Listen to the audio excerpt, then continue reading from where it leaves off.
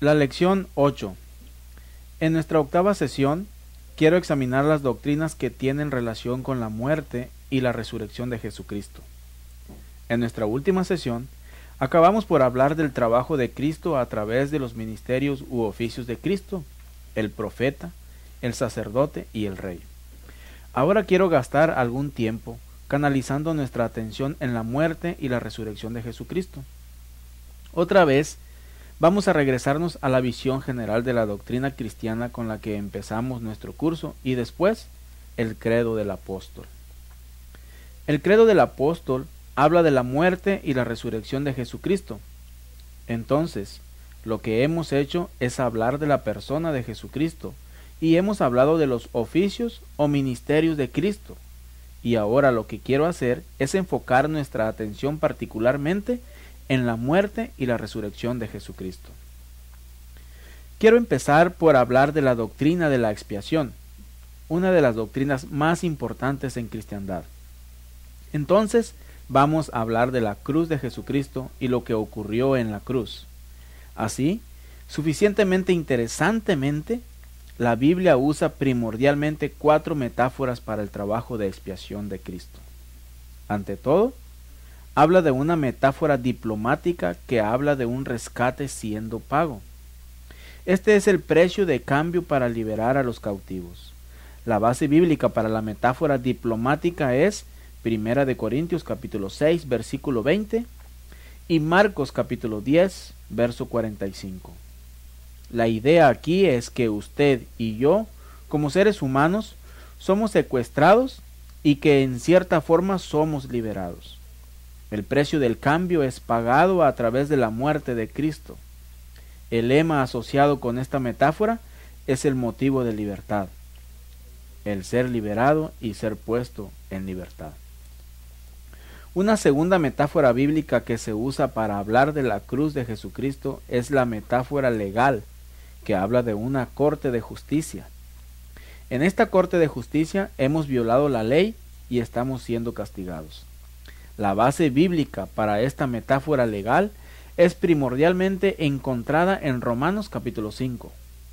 Hay un sentido en el cual lo que ocurre en la cruz es que Cristo paga nuestra pena por haber violado la ley de Dios. El lema aquí es de justicia y rectitud. Una tercera metáfora es doméstica. La metáfora doméstica habla de un padre generoso que da a su único hijo para los muchos hijos y las hijas de Dios. El motivo aquí es la justicia y la rectitud. La base bíblica para esto es 1 de Juan, capítulo 4, verso 10. El Hijo de Dios es ofrecido para la salvación de la familia enteramente humana y la reconciliación de la familia. El tema que está asociado con esta metáfora particular es el amor. Y luego finalmente allí está la metáfora del sacrificio, que habla de un sacrificio del templo, la cual está ofreciendo arriba un cordero para la suciedad y pecados de la humanidad. La base bíblica de esto es encontrada en el libro de Hebreos, en particular el capítulo 9 de Hebreos. El sacrificio de Cristo en la cruz es una ofrenda de pecado, una ofrenda de reconciliación para los pecados de la humanidad. El tema aquí es la santidad. Relacionados con estas metáforas bíblicas están las 4 teorías principales de la expiación o el trabajo que se enmienda de Jesucristo. Lo que he hecho de aquí en adelante en esta transparencia en particular es que les he dado las 4 teorías principales de la expiación y el problema principal que se dirigió en la palabra a través del trabajo que se encomienda a Cristo. Entonces, por ejemplo, lo primero que se menciona aquí es el Christus Victor, Cristo como vencedor. Teoría de expiación y el problema que es a lo que se dirigió la palabra esclavitud. Usted y yo vivimos en la esclavitud por el pecado. Vivimos en la esclavitud de Satanás y nosotros vivimos en la esclavitud de muerte. La segunda visión de la expiación o la segunda teoría de expiación es lo que es designado la vista de satisfacción de expiación.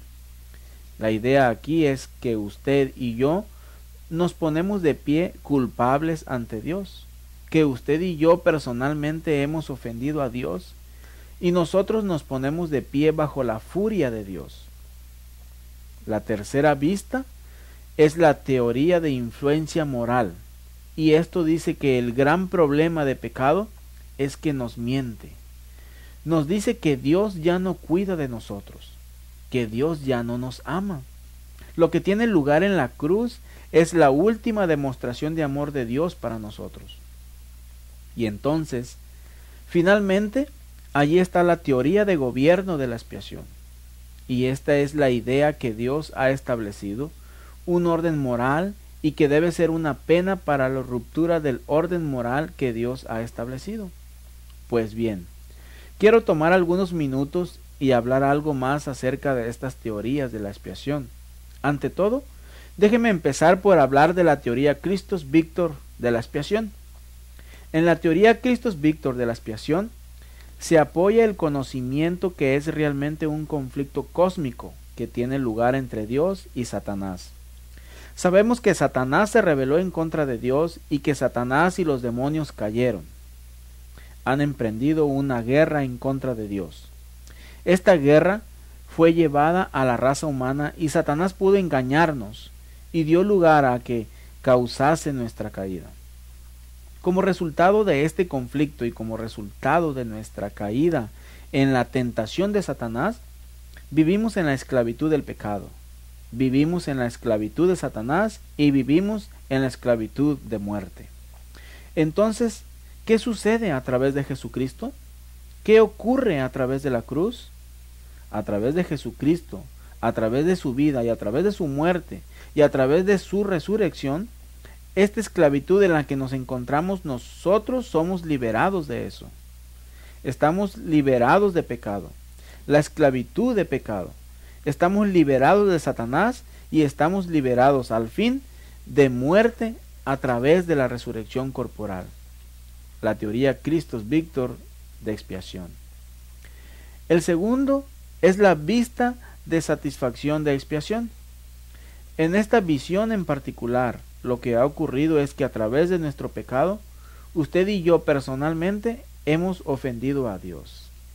Personalmente hemos ofendido la santidad de Dios y su carácter sagrado. Como resultado de eso, la furia de Dios arde en contra de nosotros. Dios está furioso con nosotros. Dios va a castigarnos a nosotros y Dios nos castiga. Lo que ocurre es que a través de la cruz de Jesucristo, la furia de Dios es apaciguada.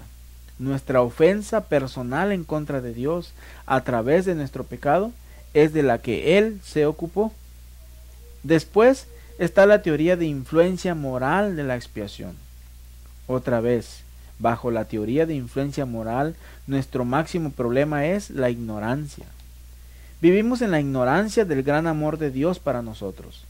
El pecado nos miente, nos alimenta el engaño que Dios ya no es compasivo para nosotros, que Dios ya no nos ama como resultado de nuestro pecado. Entonces lo que tiene lugar en la cruz es una manifestación del último amor de Dios para con nosotros. No hubo profundidad para la cual Dios tuvo pocos deseos de condescender para redimirle y salvarle. Y así es la cruz. Representa el último testimonio a través de la historia humana del amor de Dios para nosotros.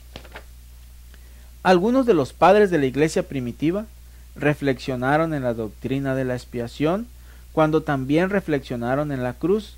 Se preguntaron, ¿por qué fue Jesús crucificado en una cruz? Una de las razones por qué Cristo fue crucificado era porque fue la única forma de pena capital en la cual una persona muere con sus brazos estirados y abiertos a lo ancho. Entonces, ¿por qué murió Cristo en una cruz?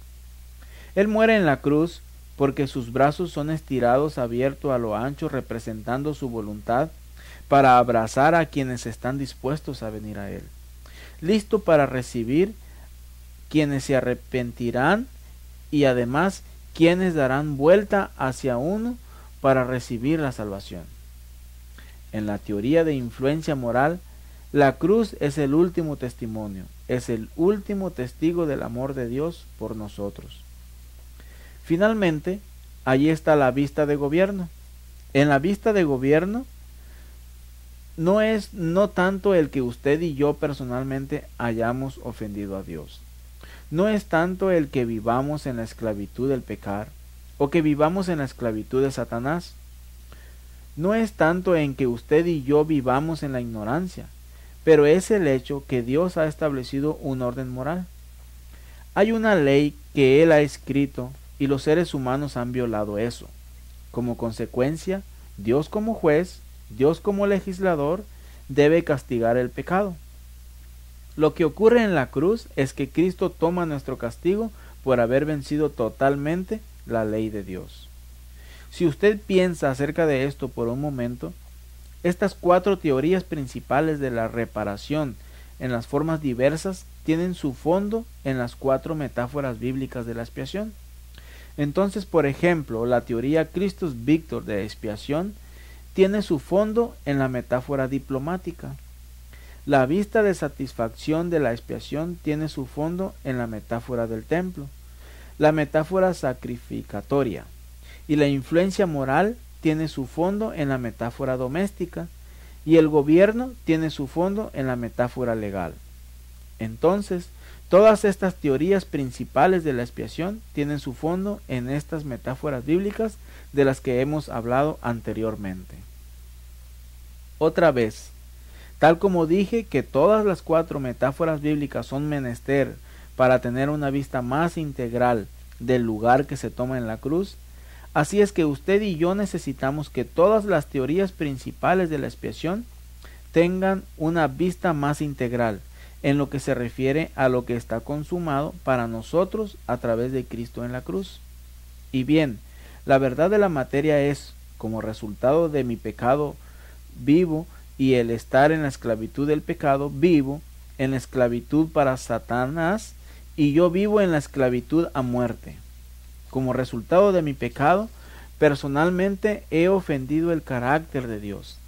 Personalmente he ofendido la santidad de Dios y yo me pongo de pie bajo la condenación y la furia de Dios. Es verdad que el pecado nos miente. A menudo nos induce a creer que Dios ya no nos ama, que Dios ya no es compasivo con nosotros. Es verdad que no solo he ofendido personalmente a Dios, pero he vencido totalmente el orden moral que Dios ha establecido. Y necesito que Jesucristo me libere del poder del pecado, de Satanás y de la muerte. Necesito que Jesucristo apacigüe la furia de Dios que arde en contra mía. Necesito que Jesucristo continúe siendo testigo para mí del amor de Dios por mí y necesito que Jesucristo se ocupe del orden arruinado, el orden moral arruinado, la ley de Dios que he quebrantado y el castigo que viene con eso. Estas son las 4 metáforas de la expiación y estas son las 4 teorías principales de la expiación. Ahora quiero tomar un momento para hablar de 3 puntos decisivos que están sujetos al trabajo de expiación de Jesucristo. Quiero hablar de la necesidad de la cruz de Cristo, quiero hablar del alcance de la cruz de Cristo, o sea, quiero hablar de la aplicación del trabajo de la cruz para nuestras vidas. Ante todo, quiero hablar de la necesidad absoluta de la cruz. A menudo en la teología hay una pregunta que se hace: ¿podría haber existido alguna otra forma en que Dios hubiese llevado a cabo el trabajo de salvación? ¿Podría Dios, simplemente por el pensamiento divino, llevar a cabo la salvación? ¿Podría Dios justamente simplemente decir, sé salvo, y la salvación sería llevada a cabo? Esta es una pregunta que le ha sido hecha, excepto que las Sagradas Escrituras parecen indicarnos, y lo que la doctrina cristiana continuamente ha enseñado, es que no hay salvación, excepto a través de la muerte meritoria de Cristo. En otras palabras, la única forma que la salvación puede ser llevada al final en nuestras vidas, que puede ser causada en este mundo, es a través de la muerte de Jesucristo. Es una necesidad absoluta. No hay salvación fuera de la cruz de Jesucristo. También reconocemos que el trabajo de expiación de Cristo es ilimitado en el alcance. En otras palabras, lo que Cristo hace por nosotros en la cruz sirve para todos los pecadores y para todo pecado. No hay pecado demasiado grande para el cual la cruz y la sangre de Jesucristo no puedan beneficiar. La cruz sirve para todo pecado y para todos los pecadores. Es ilimitado en el alcance. Y entonces la tercera parte, lo que reconocemos es que es condicional en la aplicación. Mientras Cristo murió por todos y por todos los pecados, es sólo aplicado para aquellos que se arrepienten de sus pecados y ellos ejercitan la fe en Jesucristo. Es sólo eficaz para el pecador arrepentido y creyente. Esta es una cita de Tom Hayden que he citado anteriormente. La universalidad de la expiación es de Dios. La limitación es del hombre. Ahora, el segundo asunto ocupándose de la muerte de Jesucristo a la que quiero dirigir la palabra es lo que exactamente ocurre cuando Jesús muere. Después de que Él muere en la cruz, ¿qué ocurre a Jesucristo? Ahora esto es mencionado en el credo del apóstol porque habla acerca de inmediatamente después de la muerte de Jesucristo. Dice que Él descendió hacia los muertos. Ahora hay un problema y quiero tomar un momento y mencionar esto. Algunas veces el credo del apóstol en su traducción del griego no dice que Él bajase hasta los muertos, pero dice que Él descendió al infierno, excepto la palabra original que se usó en el credo del apóstol, que habla del descenso de Cristo. La mejor traducción para eso es que Él bajó hasta los muertos. En el griego es la palabra el Hades. Ahora, ¿qué es Hades? El Hades es la traducción griega del hebreo Sheol. No hay connotación moral asociada con Sheol o Hades, aparte de aquella que es simplemente el domicilio de los muertos. El Hades es simplemente el lugar donde los que mueren van. No hay necesariamente cualquier connotación moral que se haya asociado con eso. Y entonces, probablemente la mejor traducción es, ciertamente, la forma que tengo. La traduje aquí para la clase y es Él bajó hasta los muertos. No dice que Él fue al infierno. Otro problema que se asoció con la idea de Cristo yendo al infierno fue que cuando Él muere no hay lugar en el Nuevo Testamento que diga que Cristo descendió al infierno. No dice eso. Realmente, las Sagradas Escrituras no nos dicen mucho de lo que ocurrió a Cristo entre la muerte y la resurrección. Lo que he listado para nosotros aquí es algunos de los pasajes. Los pasajes principales que tratan con el tema sobre lo que ocurre a Cristo entre la muerte y resurrección. Lucas capítulo 23, Primera de Pedro capítulo 3, Romanos capítulo 10, Efesios capítulo 4 y Colosenses capítulo 2. Cada uno de estos pasajes de la Sagrada Escritura apunta a 4 posibilidades. Digo posibilidades, y no digo que usted necesariamente tenga que escoger uno. Podría ser todos estos, pero apuntan hacia cosas diferentes en lo que se refiere a lo que ocurre a Cristo. Primero es lo que es designado el tema de entierro, y esa es la idea que cuando Cristo muere, Él está muerto, nada más, ya, y su cuerpo está, en términos sencillos, en la tumba hasta la resurrección, y nada en su humanidad ocurre aparte de su muerte. El lema del entierro. Lo siguiente es, y uso esta palabra aquí, el descendido en el infierno. En otras palabras, Él bajó hasta ese lugar donde los malvados van cuando mueren. Y de esta perspectiva particular, este es designado el tema de empatía. La idea aquí es que Cristo continúa pagando el precio por nuestros pecados, y que en su humanidad, en este estado entre la muerte y la resurrección, Jesucristo en su naturaleza humana, en su alma humano, continúa experimentando alineación y extrañamiento de Dios. Él continúa sintiendo el efecto y el peso del pecado y el castigo del pecado en su vida. Este es designado el tema de empatía. Él descendió en infierno y Él sufre.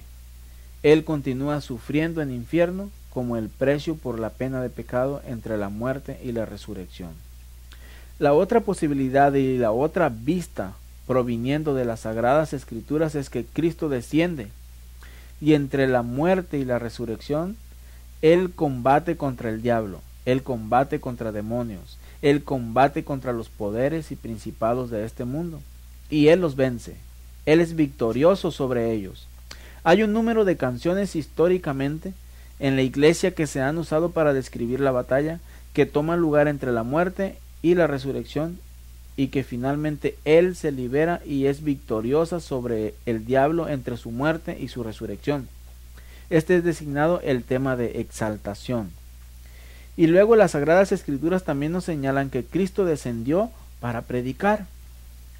Esto es encontrado en 1 de Pedro capítulo 3, así como también en un par de otros pasajes de la Sagrada Escritura, que nos dice que entre la muerte y la resurrección, Cristo va y predica las buenas noticias para aquellos que están en el Seol, para aquellos que están en el Hades.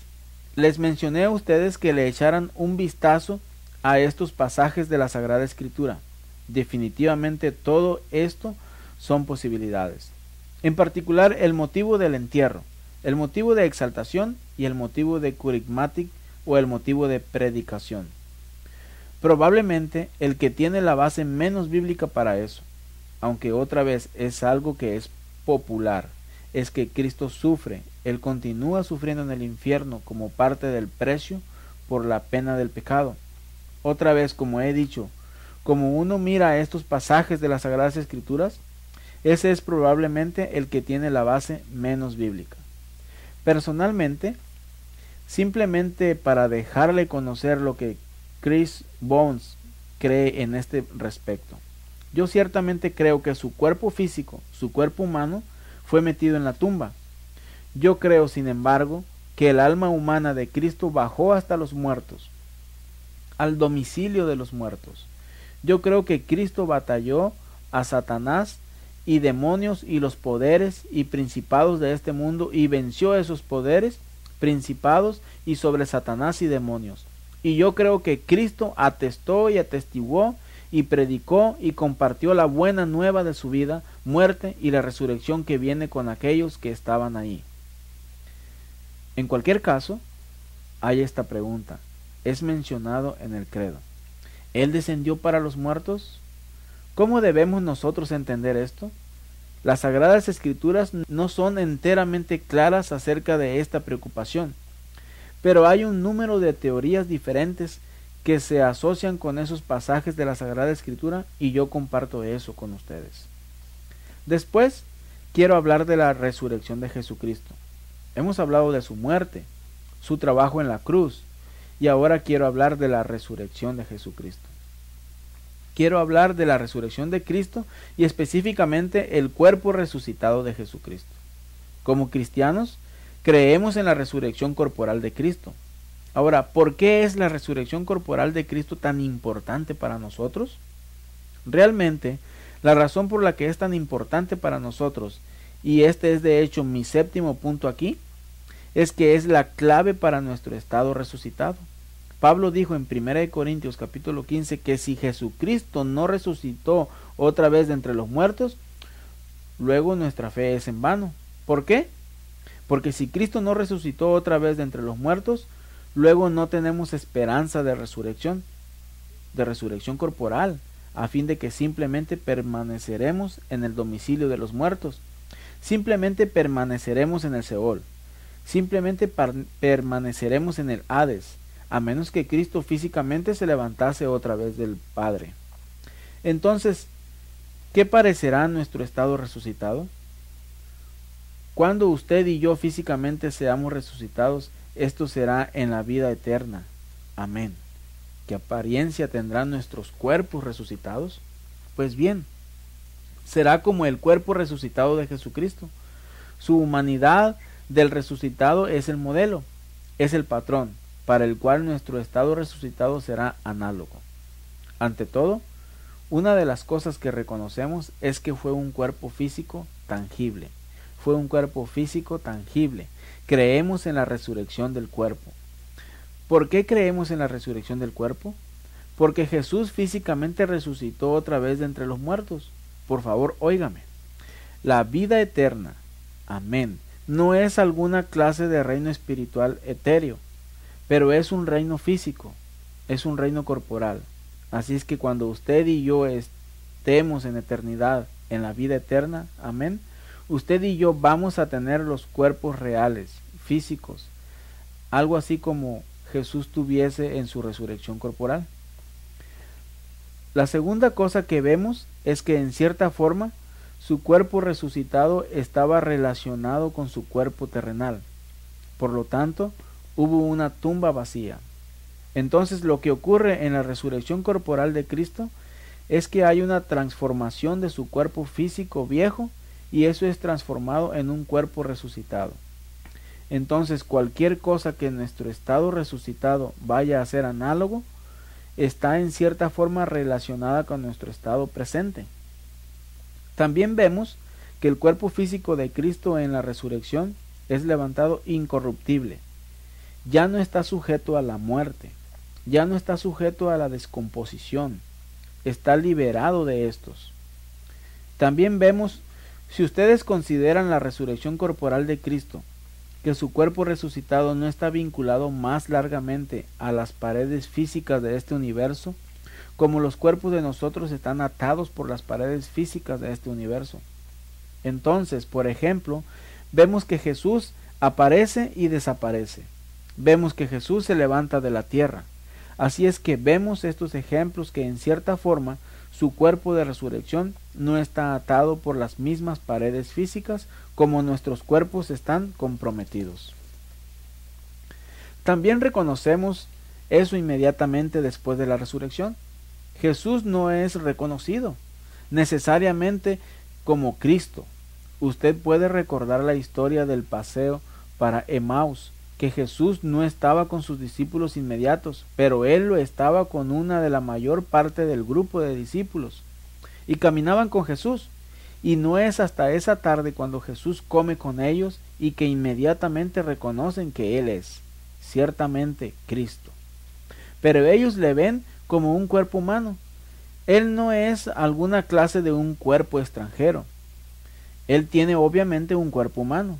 No dan a su cuerpo un segundo pensamiento hasta esa tarde y ellos inmediatamente reconocen que Él es Cristo. Vemos también que su cuerpo resucitado es llevado al cielo en el sentido que se levanta en las nubes, se levanta en el cielo. Por favor, óigame. La resurrección corporal de Cristo es la última afirmación de la bondad del cuerpo y la bondad del orden creado. Desafortunadamente, algunos cristianos y algunas personas creen que este mundo, este orden creado, no es bueno.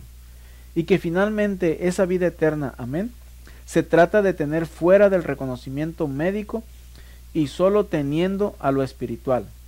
Por favor, óigame, Dios creó lo físico.